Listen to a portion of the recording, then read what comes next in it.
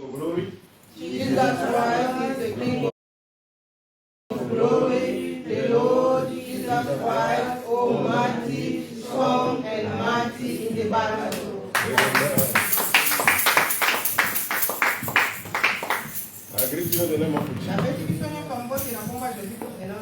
Position ourselves to take control of our brothers and sisters. Jesus is coming. He's only Zulu. But we don't know the time. We don't know the year. We don't know the month. We don't know the hours. But he's only Zulu. But the brothers and sisters, we need to be ready. We don't know our time. We don't know where we are going. Brothers and sisters, kasi ngana yo esengena biso to milengela totambola na nzambe mpona kosimba oyo alakela biso. Because it is written, be holy, for I am holy. Totangi na 1 Pierre verset 16 lokola yango ekomama zala mosantu konga na za mosantu. Brothers and sisters, molinga mina nkolo kaka kozala bule yango nde fongola mpona ngana yo tomona Jésus Christ de Nazareth. Soko oza bule te ekozala pasi mingi mpona ngana yo tomona Jésus Christ de Nazareth. mokolo ya enlèvement okomema tomemama na likolo ekozala pasi mingi. lolenge nini tozalaka? Est-ce que tomela cigarette? Tomela masanga makasi? totalaka bafilme mabe? Est-ce que tomi sepelisaka biso moko?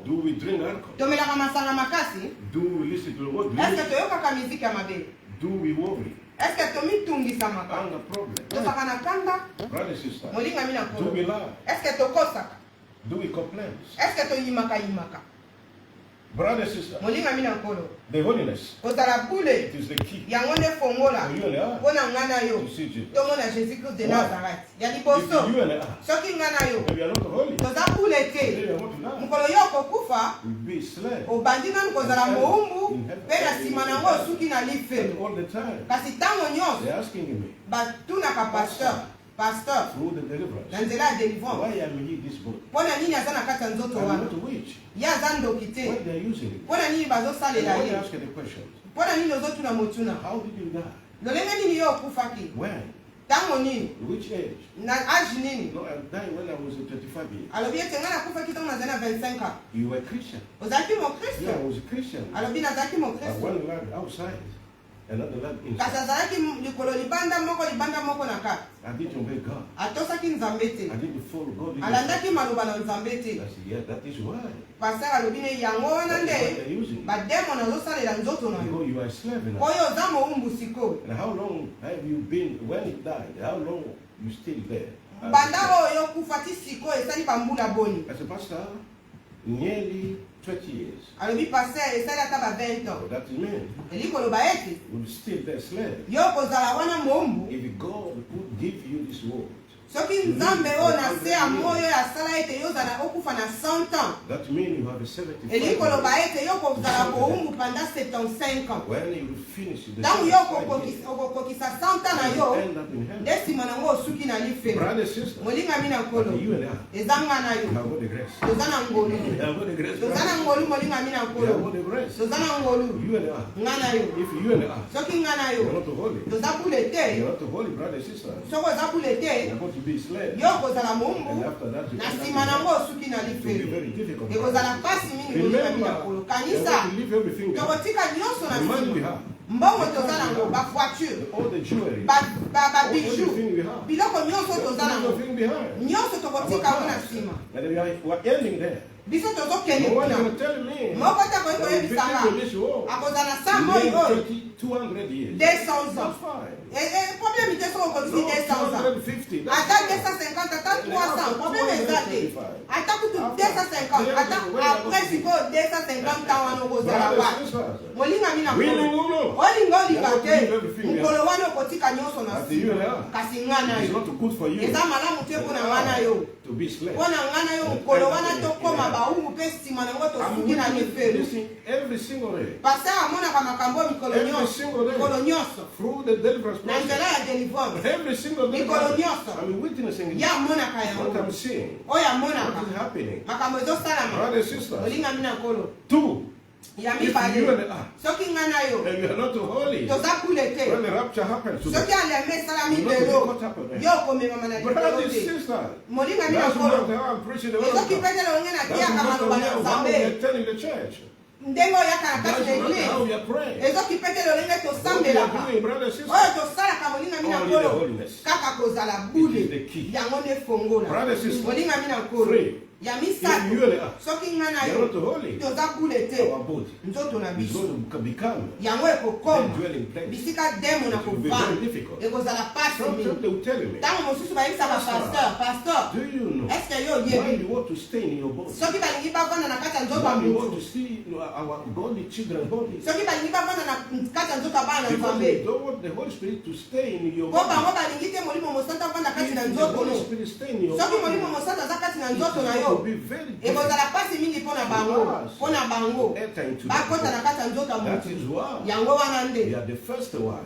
Bango nde bakotaka Enter the liboso. body. Bakotaka na kati ya Then the nzoto ya Holy mutu. Spirit, Soki molimo mosantu aye akokoka te ya kotikala Brothers and libanda. sisters, Molinga mina you nkolo. and I, Nga na yo. you and I, Nga na yo. you need to be holy. Esengeli na biso tozala Because bule. the holiness Po kozala bule. is a key of protection Yango nde eza fongola oyo ebatelaka. into our body. ekobatela nzoto na biso po ete molimo mosantu akobatela nzoto na biso Come into our body, brothers. bademo na koya kovanda kati na nzoto na biso te soki molimo mosantu azali 4 Brothers and sisters, molinga mi na nkolo if you and I, soki nga na yo we are not holy, toza bule we will te destroy our destiny. babebisa lobi na biso baboma yango mpe baoyiba yango I was performing the deliverance process, paster abandeki kosala motu and delivrance I was shocked. mpe paster That akamati evil spirit. molimo mabe I say I live everywhere. alobi avandaka bisika I live nyonso everywhere. avandaka bisika I nyonso entered in this body. akoti na kati ya nzoto wana The first day mokolo ya liboso came out of his mama's womb, ye mokolo ya liboso ye abotamaki nde molimo mabe akotaki kati and na I ye entered into him. akotaki kati ya nzoto ya And my motu wana mission is this: mission na ye ezali all the eyes, miso his nyonso eyes, miso his eyes. miso I send the eyes everywhere. azwi miso na ye atindi yango I give partout to all people. apesi bato nyonso miso na ye ya mokili And they mobimba ask me why.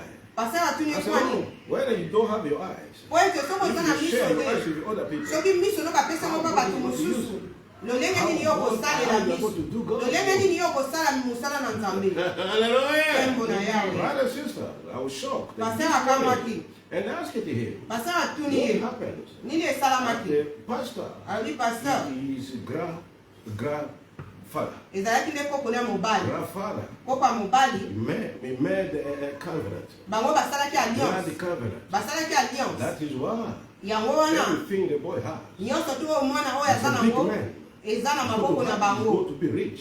esengelaki nde azala pena And moto ya they need to mbongo share this. bango bazwi nyonso wana bakaboli nango Brother, sister, molinga mi na nkolo remember, brother, sister, kanisa molinga mi na you nkolo and I, nga na yo as we are playing games, lokola the tozosakana devil, demona his angels, na basaleli na are ye walking bango bazosala every makasi single mpenza day. mikolo While nyonso you and I, mpona nga na we yo are sleeping. ntango tozolala Brother, sister, Molinga mi na can nkolo. you imagine? okoki You komona know such one. He is innocent. mwana oyo azalaki nde He vraimen doesn't innocent know. ayebaki eloko moko te He's innocent. aza And innocent when he's coming out, kaka ntango abimi na libuma mama na they ye took control for him. milimo mabe bazwi contrôle na ye Brother, sister, molinga mi na only nkolo the holiness. kaka kozala It is the kule key. yango nde Why? kongola They want to destroy. They want to destroy. balingi his destiny, kobebisa lobi na to yo kill his destiny, koboma yango and to steal his mpe destiny. koyiba yango Oh, the holiness kozala kule is the key. yango nde For fongola you and I. mpo na nga na yo You see Jesus. tomona jésus christ de nazareth And the day mpe they mokolo want to die, tokokufa they're going to be caught up on the biso earth. tokomemama na With likolo him, na the ye angel will come. na baangelo bakoya kozwa biso bake na biso My likolo son, my ye daughter. akoloba ete mwana na Hallelujah. ya mosali osali Hallelujah. That is why, brothers and yango wana sisters, nde molinga mi na nkolo we need to fight. esengeli na so Because tokunda this evil spirit, po ete milimo mabe even oyo demons, ata they bademona are telling me all the time, bayebisaka pasteur Pastor, pasteur Pastor, Pastor. you don't want even a one. We don't want even the one. And in heaven. We don't want it. We don't want it. We want everyone to end up in heaven with us. Very terrible, brothers. Why you and I are playing games? Why you and I are joking? But they are working hard. That is for you and I. To use the kingdom of God.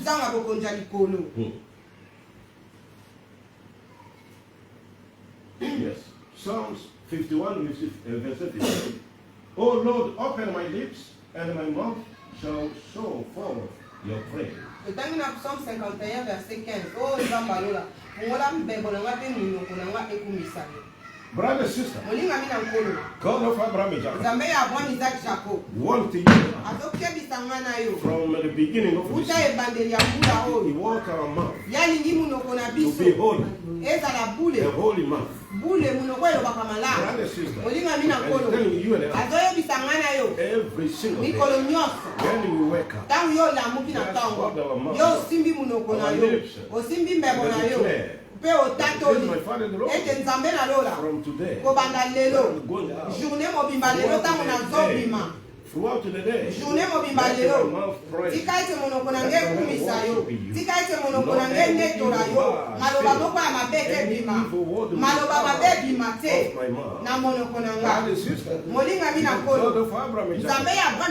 preparing you. You don't know the time. You don't know the hour. When we are about to go. No one can tell me. I know the day we are going to no one. Only Him. But He's preparing you to have a holy mouth. If you don't pray, that's the day. Every evil word every day is going to be written. And it's going to be the day you are going to sleep. Hallelujah. 12. A doubting mouth. James 1, 6 to 7. But let him ask in faith, with no doubting, for he who doubts is like a wave of the sea, driven and tossed by the wind. Mutu oyo asenga kana duta za lokola mai oyo epepaka ngambo na ngambo. For let not that man suppose that he will receive anything from the Lord. Mutu oyo alolenge boyo oyo asenga kana konzima te ayeba ete yako ikozwa eloko moko te kokuta pa Nzambe. Brother, sister, molinga mina nkolo. You and I. Ngana yo. They are telling you and I. Bazoye bisangana yo. Brother, sister. Molinga mina nkolo. They are telling you and I. Bazoye bisangana yo. You have a doubting mind. Nisengina biso to sana munoko edutaka te. Because you and I. Poete ngana yo. Believe in Jesus. Toza tonzimina Jésus Christ na Nazareth.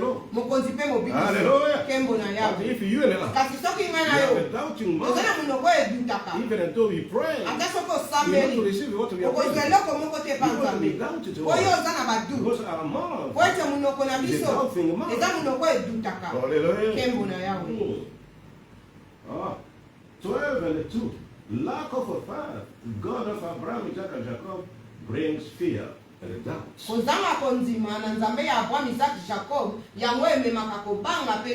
Hallelujah.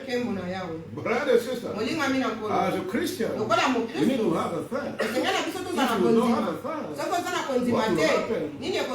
Bring down in us. The spirit of doubt and the spirit of fear are not from the living God. And the spirit of evil. Hallelujah. Let's see. Mark 4, 37 and 14. And great winds arose, and the waves beat into the boat. Totangi na Mark 4, verset 37 à 40. Mupepe penza makasi yango ekotaki na kati na bato pe boîte mobimbe tonda. So that it was already filled. Yango ezalaki ya kotonda. 38. But he was in the stern, asleep on a pillow. And they awoke him and said to him, Teacher, do you not care that we are perishing? Jésus-Christ de Nazareth azaki ya kolala pena makasi azoki mutuna chena poussin bango babandi kolamusa balobi nzambe mokonzi yo ozobanga teke biso tolingi tozinda. But no. Then he arose and rebuked the wind and said to the sea, Peace, be still. And the wind ceased, and there was a great calm. Pena sima na ngoya a répondre bango agangeli mupepe ayebisi mupepe vanda kimia na sima na ngo mupepe vanda kikimia. But he said to them, Why are you so fearful? How is it that you have no fear? Alobi ete pona nini bino bozo banga elikolo ba ete bozana kondima te. Hallelujah. Brother, sister, remember what happened to disciples. The disciples were with Jesus. Hallelujah. Like you and I. You are with Jesus. Hallelujah. Hallelujah. Brother, sister, they were with Jesus. The Savior. They were with him. They were with him. They were with him. But they thought that Jesus was sleeping. But he was not sleeping. He was testing to see even though if he's not there, even if he's not with them, they can stand the fire. Hallelujah. Brothers, that's what is happening. You and I. Because the spirit of doubt and fear can affect our prayer. Can affect our destiny. Can affect our relationship with Jesus Christ. They were with Jesus. They were with him. He was not sleeping at all. Hallelujah. It was a test to see what is going to happen to my disciples. If I will not go to be there, what is going to happen to them? Brother, sister, you see what is happening to you now? I remember at our church in Dijon. One of our sisters, when she saw that she has got cancer, but she came to me. Pastor. Can you confirm that I have a cancer? Really? I said, oh no, I don't think so. I said, no. I saw her. That if you are confirmed that yes, you have a cancer,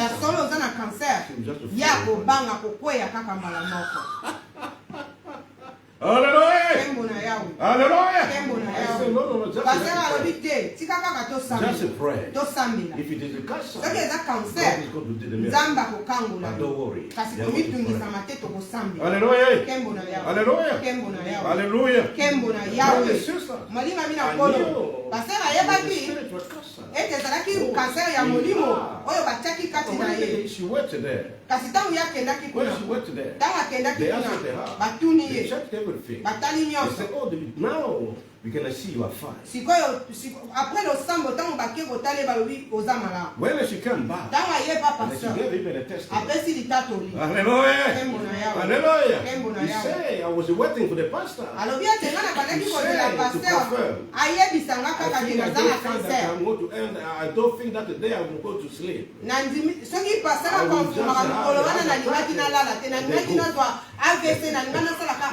Hallelujah!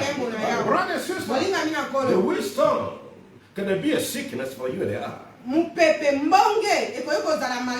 Hallelujah! But if you have a faith, you don't have a doubt.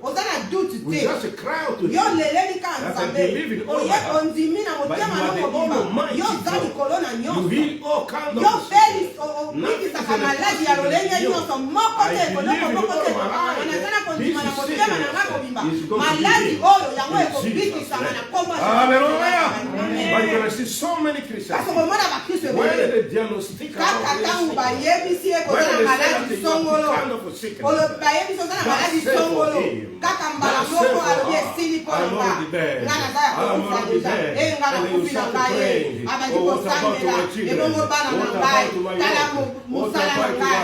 Kala mbanda ngai. Kasi nanu mo gedo. Kena na ko futela ngai. Hallelujah. Because you are the spirit of doubt. Wacha yo sana dutu kati na yo. Leko banga. Esika kati na yo. Kasi molinga ni yo. Ngana yo. You have a powerful God. God of Abraham, remember the one, even when he was performing the miracle, the people didn't have eyes. He was giving them a sign.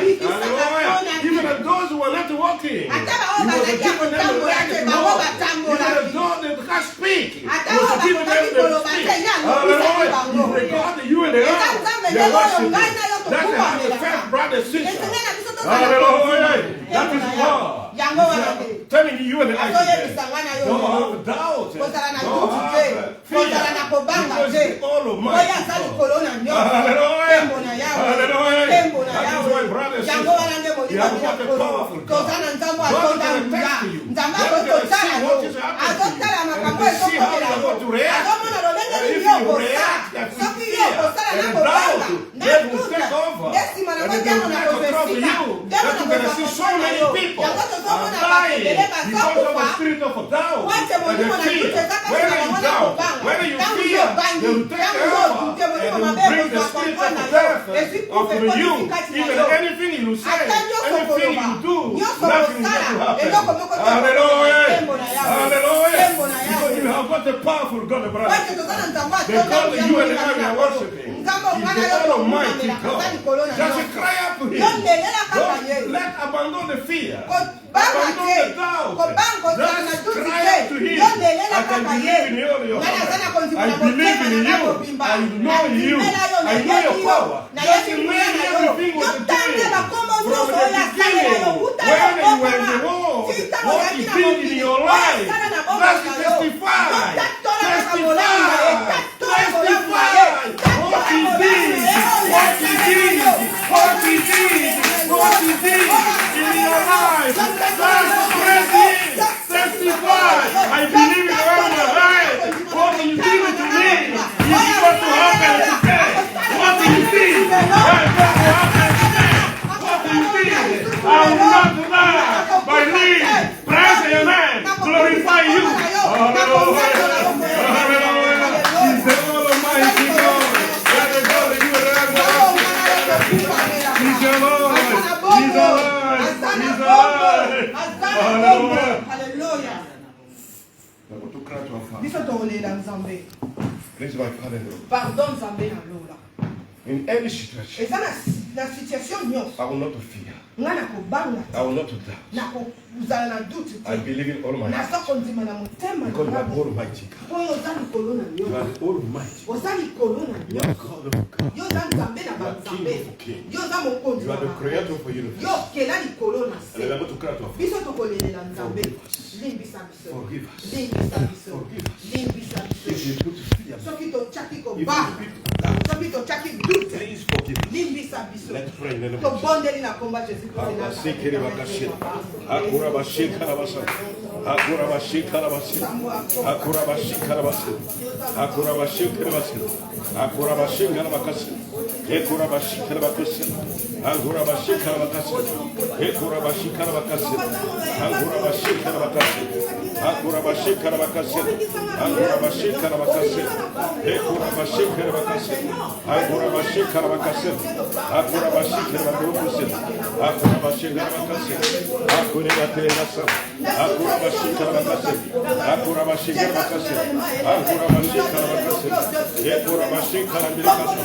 Akura bashikara bakasa. Akura bashikara sekera. Ekura batera bakasa. Ekura bashikara. Akura bashikara bakasa. Ekura sekera. Akura bashikara bakasa. Akura batera bakasa. Akura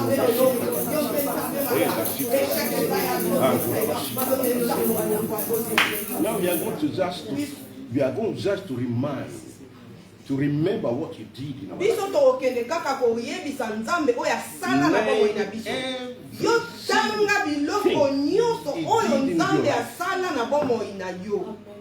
Name everything. Testify him. Name everything before him. Let you pray the name of God.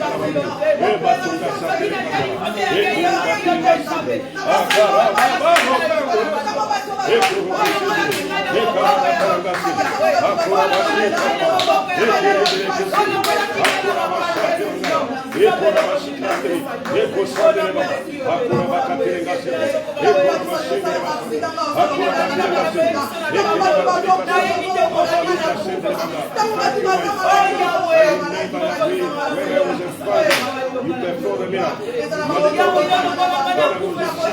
When I was in here to that, you can throw the mirror. Let me testify. Let me lift your name up. You have done great things. I never knew to that. Oh, I was in here to that. Through sickness, through accident. When you were with me, you have performed a miracle. You have been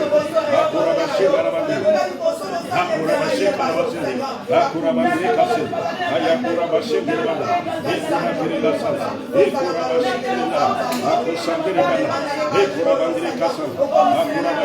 with me.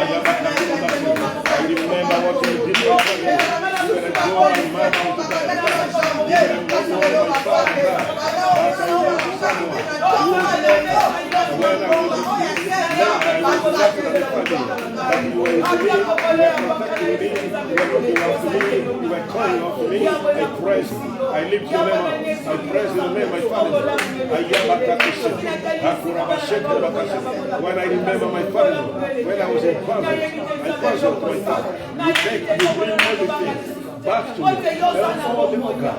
You bring new. I praise you. I lift your name up. Oh, Kashina Rabakase.